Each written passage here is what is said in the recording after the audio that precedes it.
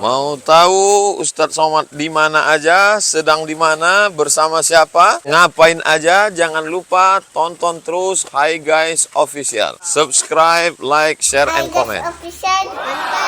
Assalamualaikum guys, kami sekarang menuju tempat acara, dan acara sekarang ini spesial karena tidak tablik akbar, tapi sebuah halaqah, atau ya kita tanya aja lah sih ke yang merancang acara. Apa acara pagi? Seminar bersama para ulama dan habaib. Jadi ada pesertanya, audiensnya rata-rata alumni dari sebuah pondok pesantren. Kita akan belajar tentang pentingnya sanad keilmuan untuk menjaga keorsinalisme, tingkat orsinil ajaran agama Islam. Insya Allah dari siang ini Tuan Guru yang akan menyajikan bersama Habib Hanif. Acaranya dari pagi tadi ya Pak? Acara dari pagi tadi, dari jam 10 diisi oleh Profesor Dr. Said Akil Al-Munawar sampai zuhur tadi udah selesai. Nah, ini persiapan untuk masuk sesi kedua Bersama Tuan Guru Ustadz Somad dengan Habib Hanif. Oke guys, ayo kita ikuti perjalanan dakwah Tuan Guru. Acara di mana Ki?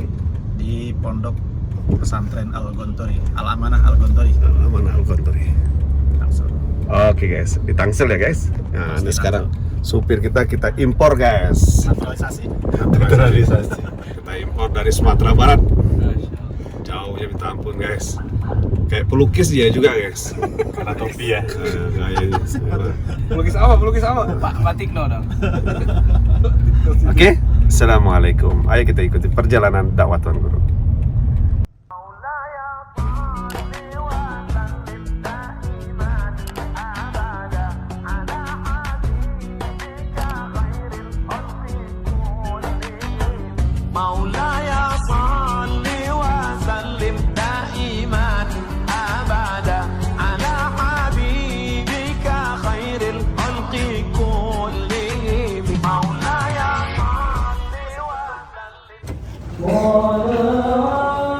Awas dulu menjarak boleh ya?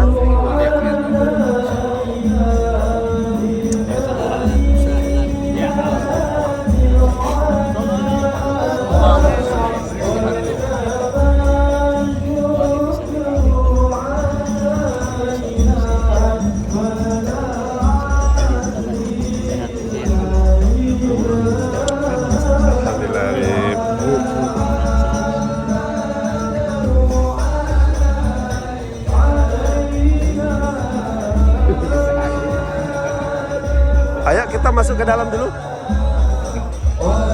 Langsung ya? Oke, langsung aja. Langsung aja.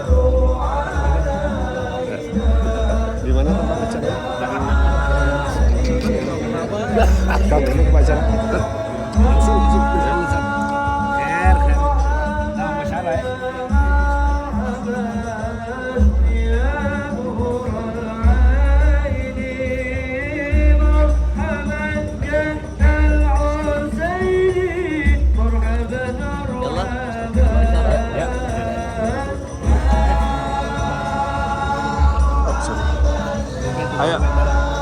Ayo buka jalan, buka. Tak usah di apa kan? Lebar aja, biasa. Lebar biasa aja. Tidak usah dipagarin, jalan biasa aja.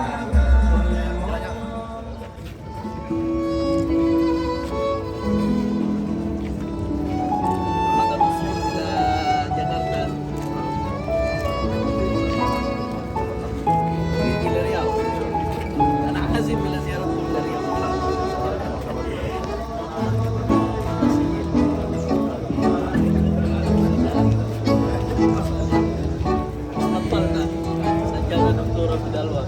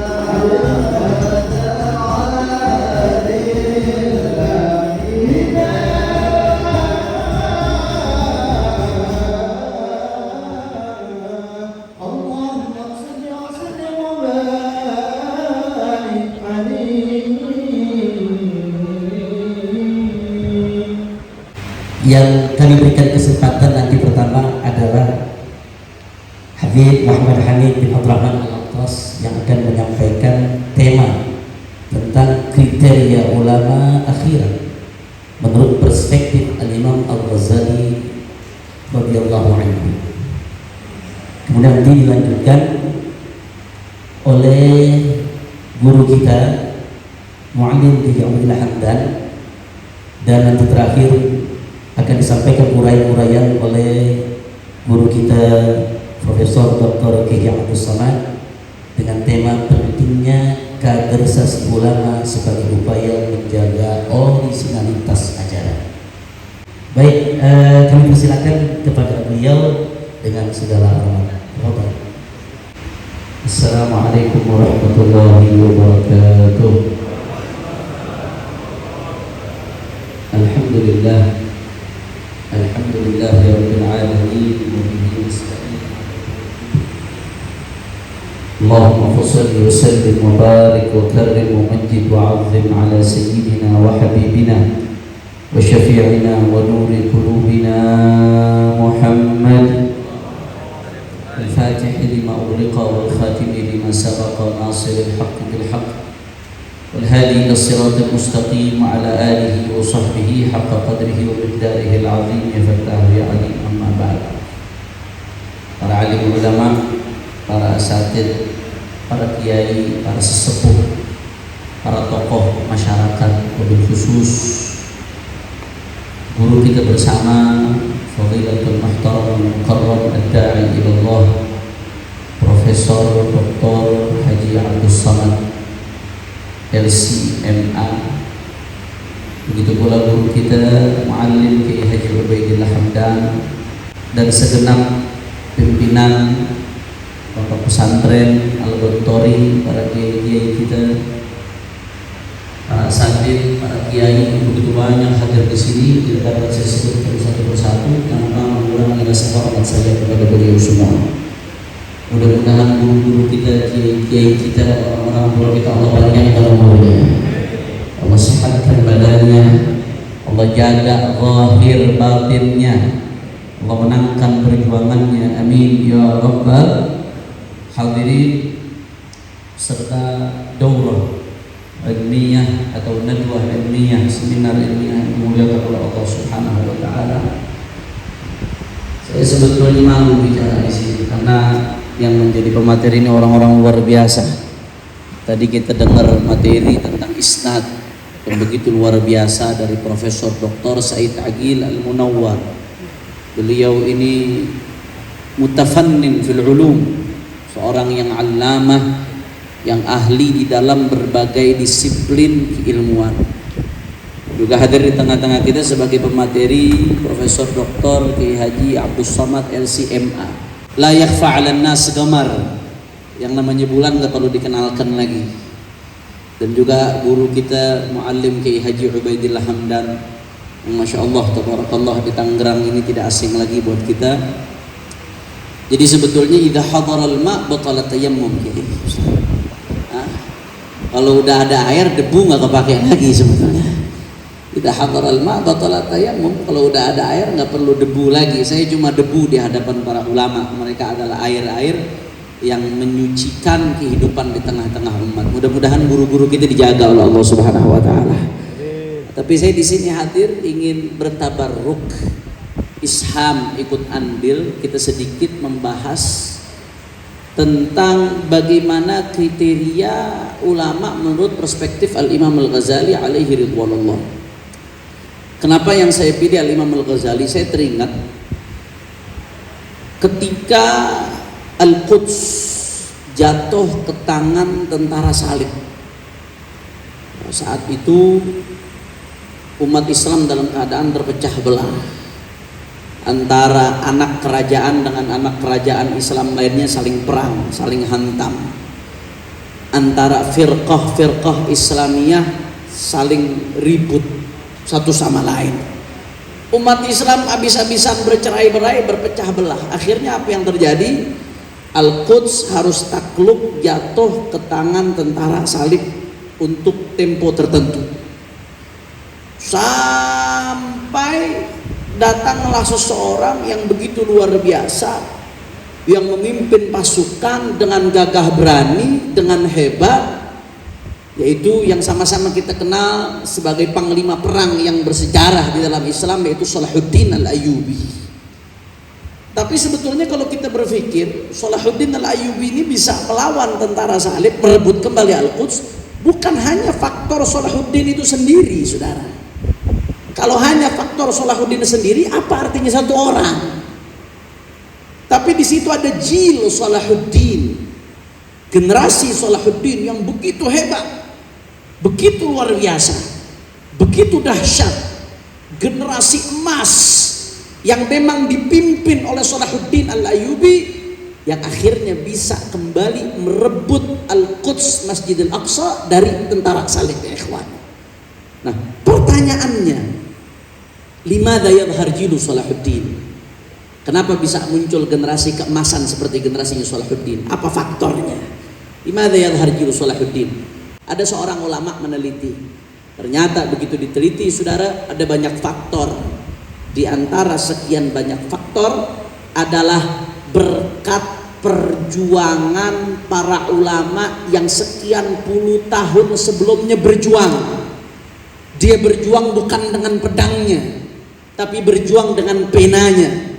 Dia tulis karya-karya yang begitu luar biasa dalam berbagai disiplin ilmu. Karyanya menjadi rujukan sampai puncaknya beliau nulis satu karya yang luar biasa.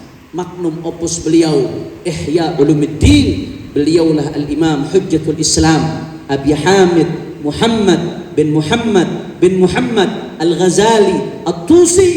Berkat beliau, salah satunya berkat beliau, muncullah yang namanya generasi Salahuddin. Allahumma shalli ala Muhammad. Saya teringat guru saya, salah satu guru saya, bahwasannya beliau pada suatu saat bermimpi Rasulullah SAW. Rasulullah mengatakan, kenapa saat ini umat ini banyak mundur terbelakang? Kenapa saat ini umat banyak kalah di berbagai aspek? Salah satunya kekacauan yang terjadi di tengah-tengah umat. Salah satunya karena mereka banyak meninggalkan kitab Ihya Ulumuddin yang ditulis oleh Imam Abi Hamid Muhammad bin Muhammad Al-Ghazali. Apa sih kriteria ulama akhirat menurut Sayyidina Imam Hujjatul Islam Abi Hamid Muhammad bin Muhammad Al-Ghazali? Bahwasanya faminal muhimmat al-azimah ma'rifatul alamat al-fariqati baina ulama'id dunya wa ulama'il akhirah, wa na'ni bi ulama'id dunya al-ulama as-su' alladzina qasduhum min al-ilmi at-tana'um bid-dunya wa tawassul ila al-jah wal manzila inda ahliha. Termasuk yang sangat-sangat penting ma'rifatul alamatil fariqah baina ulama'id dunya wal ulama'il akhirah. Kita harus mengetahui tanda-tanda yang membedakan antara ulama dunia dengan ulama akhirat. Fungsinya buat apa? Satu, fungsinya supaya kita nggak salah ngikut, ya ikhwan. Satu. Yang kedua, walaupun kita belum merasa diri kita ulama, al-fakir pribadi sampai mati tetap santri. Kita nggak merasa diri kita ulama, tapi kadang-kadang orang husnudzon berlebih. Orang nyangka kita ulama, memperlakukan kita sebagai ulama. Maka dengan kita tahu ciri-ciri ini, setidaknya kita berusaha untuk menghindar dengan ciri-ciri ulama dunia, ulama usul yang disebutkan oleh Imam Al-Ghazali, dan bagaimana caranya sebisa mungkin husnudzon orang kepada kita yang anggap kita ulama, yang anggap kita ustadz, yang anggap kita kiai, yang anggap kita tokoh. Ini jangan sampai husnudzon ini jadi bumerang buat kita nanti di hadapan Allah Subhanahu wa taala. Itu minimal kita belajarin tujuannya. Ulama su ini udah diwanti-wanti oleh Rasulullah sallallahu alaihi wasallam. Apa kata Rasulullah? Inna asyaddan nasi 'adaban yaumil qiyamah 'alimun lam yanfa'hu Allah bi'ilmih. Orang yang azabnya paling dahsyat nanti di yaumil qiyamah. Siapa? 'Alimun lam yanfa'hu Allah bi'ilmih. Orang alim berilmu, bukan orang bodoh. Tapi ilmunya enggak bermanfaat buat umat. Ilmunya enggak bermanfaat buat Islam.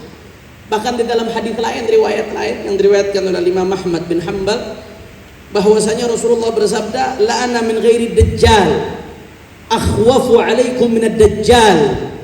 Ada selain dajjal yang aku lebih khawatirkan atas kalian. Bukan dajjal, tapi aku lebih mengkhawatirkan kalian terhadap mereka ini daripada Dajjal. Siapa mereka? Kata Rasulullah SAW, al-a'immah al-mudillin, ulama-ulama yang menyesatkan, imam-imam, para ulama-ulama yang menyesatkan. Na'udzubillah min dzalik. Nah, kita mesti tahu nih yang mana yang betul-betul ulama akhirat, sehingga bisa kita jadikan pedoman, bisa kita jadikan pegangan. Dan bagaimana caranya kita berusaha berakhlak dengan akhlak itu. Karena ulama su ini benalu di tengah umat, ya ikhwan.